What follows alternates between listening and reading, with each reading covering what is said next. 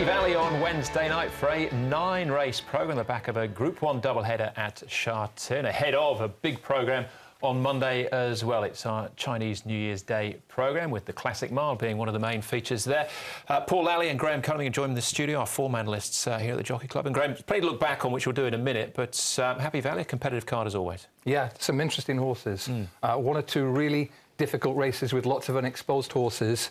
But it was a great day on Sunday. 2 Group 1s. Joe Moreira was the man in the spotlight with 2 big winners. He rode 8 favourites, Paul. 6 of them were beaten, 3 by very short margins. But he got it right in the 2 that mattered most. No, he definitely did, didn't he? And it was a really good day there with those two big races, especially. I think we saw the changing of the guard there. Yeah, we saw a big 6-up as well, Paul. We've got any jackpots to look forward to at No jackpots at Happy Valley, so just nothing there to speak of. 5 first starters, which will make it quite interesting throughout the card, though. All right, well, there's a plenty to get through with the 9 races on the programme. But before we look at that, let's look back on the Centenary Sprint Cup and the Stewards Cup as well in our racing review.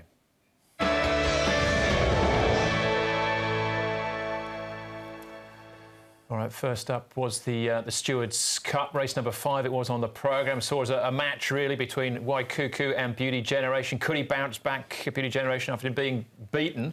Well, certainly Waikuku finished in front of him on their last 3 meetings. He couldn't quite, but he was carried out on his shield.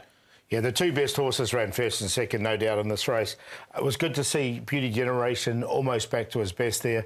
They went clear. Waikuku got him on the line, or in the last 20 metres anyway. So that's what I said about earlier on about the changing of the guard. But I think it was good enough for Beauty Generation to consider Dubai. It was better, and I think it is worth considering Dubai. But every time I look at that video, Andrew, Joe is super confident, and it's largely hands and heels in the closing stages. So it's now 4-1 in favour of Waikuku over Beauty Generation. And if they meet in the Champions Mile, Waikuku is likely to be hot favourite again. Yeah, well, it looks like that's the direction that Waikuku is heading, is set for that. Beauty Generation up in the air. Do they go to Dubai for the turf there, or the Queen Silver Jubilee Cup, a race that he's won the last 2 years, Beat the Clock? That's a really good question. I think that's going to be a hard option to turn down. 1,400 metres, the race in which he beat the clock last year. There is a bird in the hand there, and it's a very valuable one. Yeah.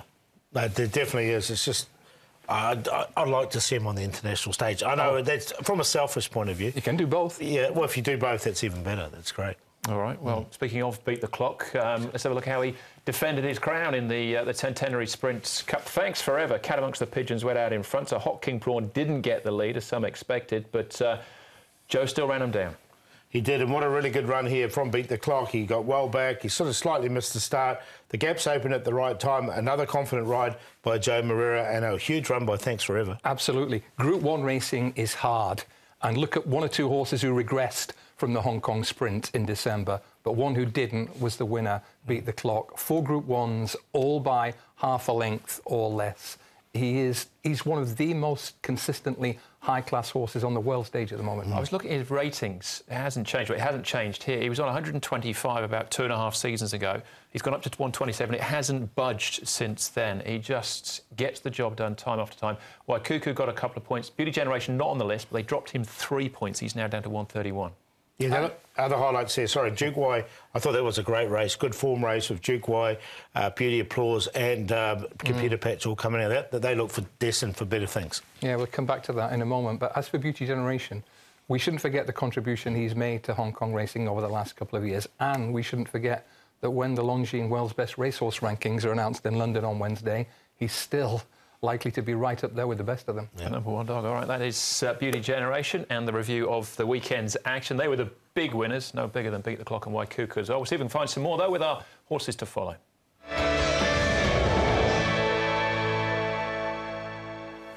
All right, what did you find for us then, Paul, on the weekend? We're going to go with a horse called Superfast. Now, it's a long-term project, Superfast, because he did win over 2,000 metres in a maiden before he got here. This is 1,200 metres. You can see him. He came down the outside.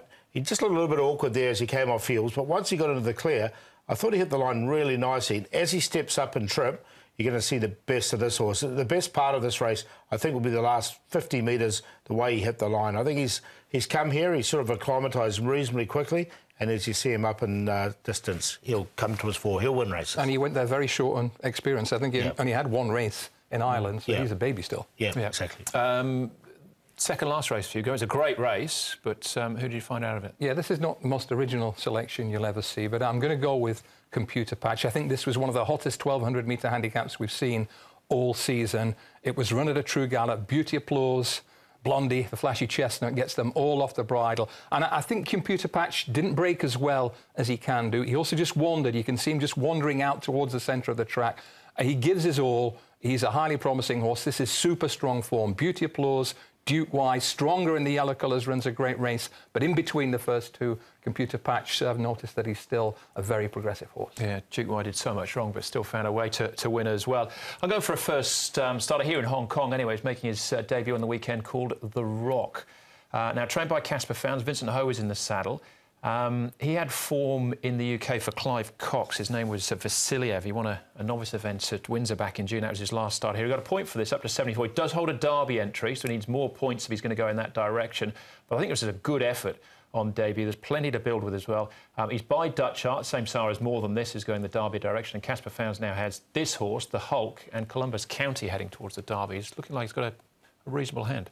The performance was eye-catching. I watched him closely on Pulling Up. He's a really useful-looking, well-made horse and a good mover as well. Yeah, no, definitely one for the future as well. So looking forward to seeing where they place him next time. All right, there you go. Those are the horses to follow out of the weekend's actions. We start looking ahead now to Happy Valley on Wednesday night. Brave Power won't be going round in race number 5, replaced by Winner's Heart, who was a good run on debut as well. Zach Purton in the saddle for Frankie Law.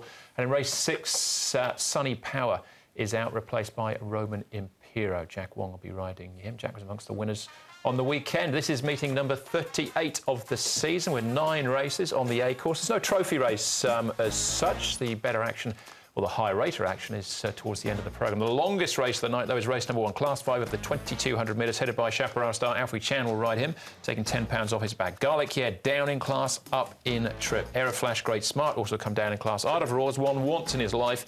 It was here over the 2,200 metres, say once in his life. Once in his life here in Hong Kong. Wicker was a winner 2 stars back over the 1,800 metres. Young Glory is a course and distance winner in October. And Romantic Journey, Joe Mira sticks with him. He's still a maiden after 26 starts. Chaparral Star and Reeves Muntjac are the horses that have been up at Chung Fa. Pace map, expect some confusion here. It's 2,200 metres, Class 5. Wicker is a natural go-forward horse. Chaparral Star moves up in trip, is likely to keep him company. As for Romantic Journey, he's frustrating however he's ridden, but he's likely to be patiently ridden. And along with Garlic Yay, he is slightly better class than this when he's right, but things need to go just right for him to win. Yeah, here he is now. The last 2 starts over the 2,200 metres has produced a 3rd and a 1st and a higher grade in Class 4. So he looks like he's been set for this race, and Zach Purton will jump back aboard. He hasn't ridden him for a while, has Zach. Reeves Muntjac, now he did win at massive odds 4 starts ago. He's had plenty of runs since at Sha Tin.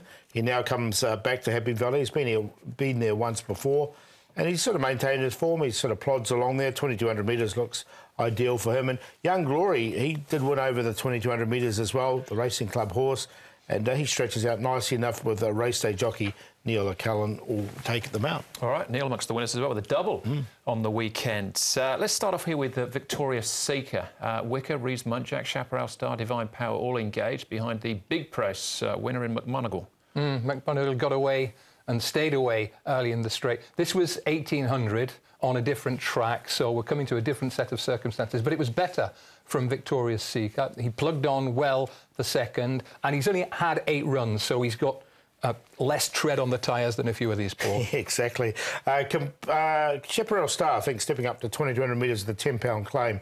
I think he might run a bit of a better race back at Happy Valley as well. All right, so there's a few engaged there, could improve. Step up in trip as well. Garlic, yeah, so the class drop is interesting for him.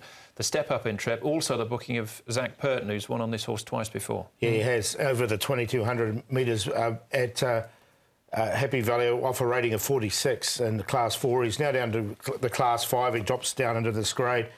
This is the 3rd. He's a real stayer. He'll stay on. Zach Purton aboard. One of the usual suspects, but I think he'll run well. A couple of key points to make is Zach Purton for the first time this season. Very notable for Deniship. And it's also this horse's first Class 5 run for the better part of 3 years. Yeah. So he looks like he's... Zach's only got 5 rides for the night as well. It was only 4. Yeah. He's picked up a spare with a reserve in race 5, but it looked like he was going to be in 1, 2, 8 and 9. That's highly unusual for Purton. He put his feet up. There's 5 jockeys not riding on Wednesday night as well. I'll do a name check on those in a minute. But Young Glory, now he won course and distance 2 starts back, hasn't really backed it up though since.